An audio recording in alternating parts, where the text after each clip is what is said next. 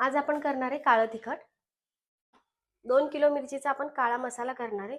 त्यासाठी लवंगी मिरची 2 किलो घेतलेली आहे आणि अर्धा किलो काश्मीरी बेडगी मिरची घेतलेली आहे.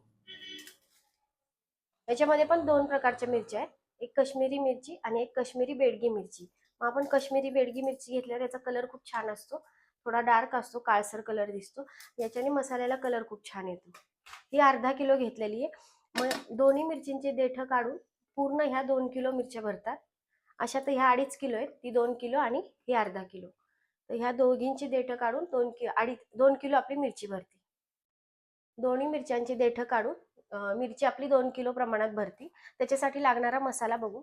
2 किलोच्या तिखटासाठी आपण अर्धा किलो खोबरं घेतलेले, असं कापूनच घेतलेले.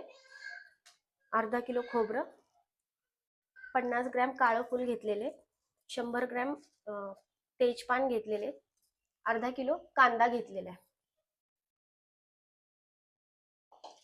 हा कापून अर्धा किलो कांदा झालेला आहे. 3 पावशेर धणे घेतलेले, 2 कसुरी मेथीचे पॉकेट घेतले. हे असेच टाकून घ्यायचे नंतर मसाल्यामध्ये. सगळ्या मसाल्यासाठी आपल्याला तेल लागणार आहे अर्धा किलो, पण मसाला भाजताना एवढं तेल वापरायचं नाहीये. अगदी चमचा तेल आपण घेणार आहे. तीळ आपण 200 ग्रॅम घेतलेले. हळकुंड घेतलेली आहे 25 ग्रॅम. हिंग घेतलेला आहे 25 ग्रॅम. मिरे 25 ग्रॅम. हा सगळा सुंठ त्रिफळ घेतलेला आहे 25 ग्रॅम. हा असा एवढा मसाला घेतलेला आहे. दालचिनी, काळी विलायची, चक्रफूल, लवंग आणि शहाजिरे हे सगळं आपण 25-25 ग्रॅम घेतले आणि खसखस 100 ग्रॅम घेतलेली. हिरवी विलायची थोडीच घेतलेली, 25-30 घेतलेले. मीठ घेतलेले अर्धा किलो. धने आता आपण भाजून घेऊ पहिल्यांदा.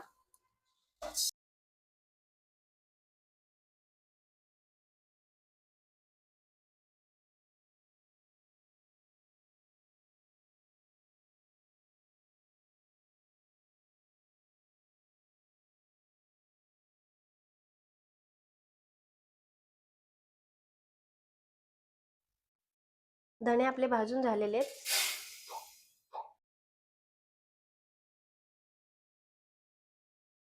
आता दगडफूल आपण भाजून घेऊ.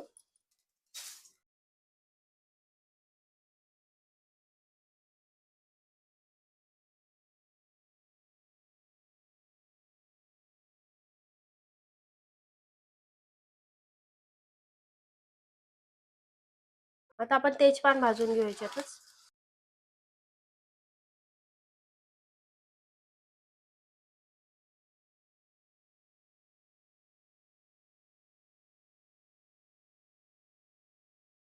आता आपण भाजून घेऊ याच्यात.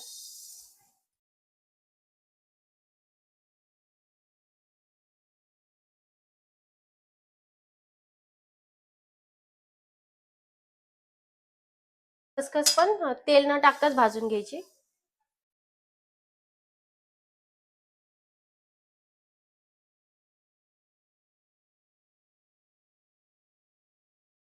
जिरे भाजून घेऊ आता.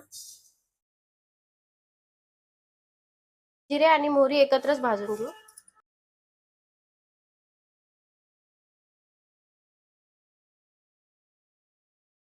एक चमचाभर तेल टाकून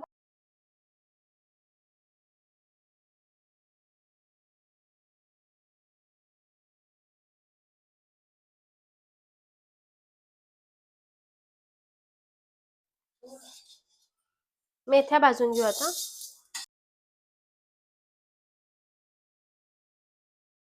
चमचाभर तेल टाकून शहाजिरे आणि हा मसाला भाजून घेऊ.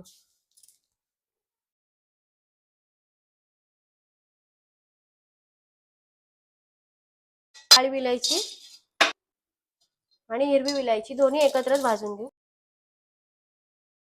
चक्रफूल आणि लवंग, मिरे,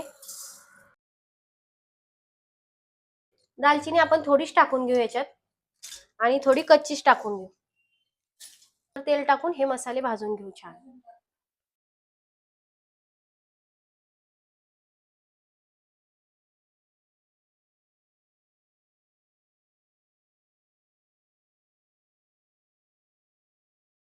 रामपत्री पण आपण यातच भाजून घेऊ.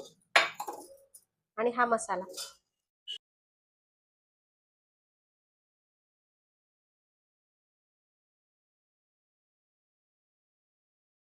सुंठ आधी आपण ठेचून घेऊ आणि मग तळून घेऊ.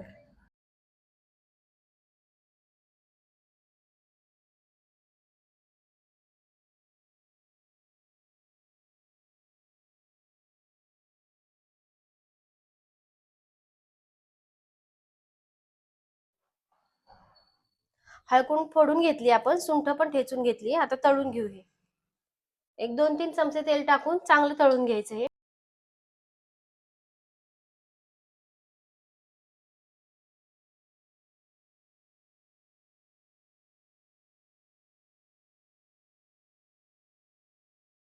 सुंठ चांगलं तळून घ्यायचं.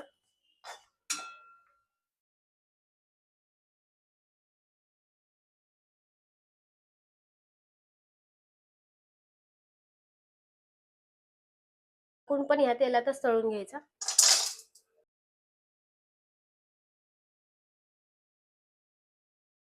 हळकुंड पण छान तळून घ्यायचा चांगला.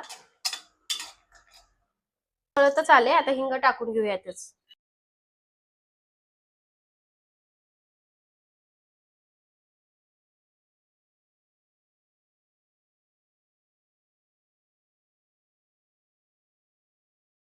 हळकुंड आणि हिंग छान तळून झालाय. हे असंच तळून घ्यायचं. एकदम छान फुललं पाहिजे, म्हणजे कलर छान येतो.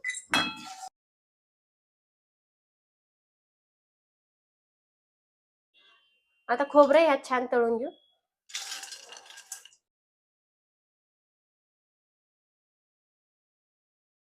थोड्या थोड्या तेलातच हे भाजून घ्यायचं चांगलं. 2-3 चमचे तेल टाकून घेऊ याच्यात अजून.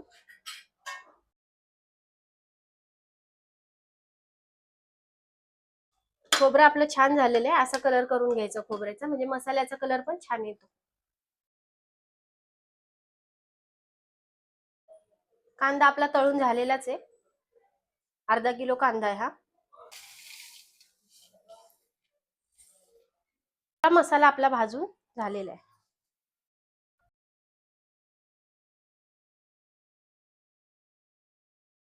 अर्धा किलो तेल घेतलं होतं आपण, त्यातलं थोडं थोडं वापरून हे तेल आहे ना गरम करून घ्यायचं आणि मग गार करून मसाल्यात टाकायचं.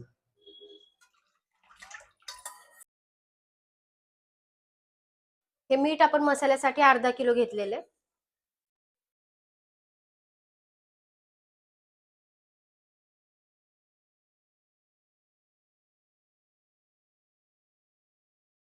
मसाले आपले भाजून झालेले आहेत. आता मिरची भाजून घेऊ आपण.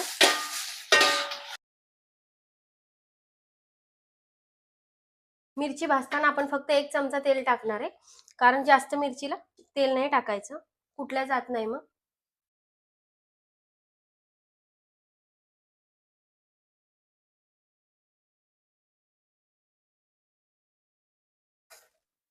थोडंसं तेल टाकल्यामुळे ठसका होत नाही मिरचीचा.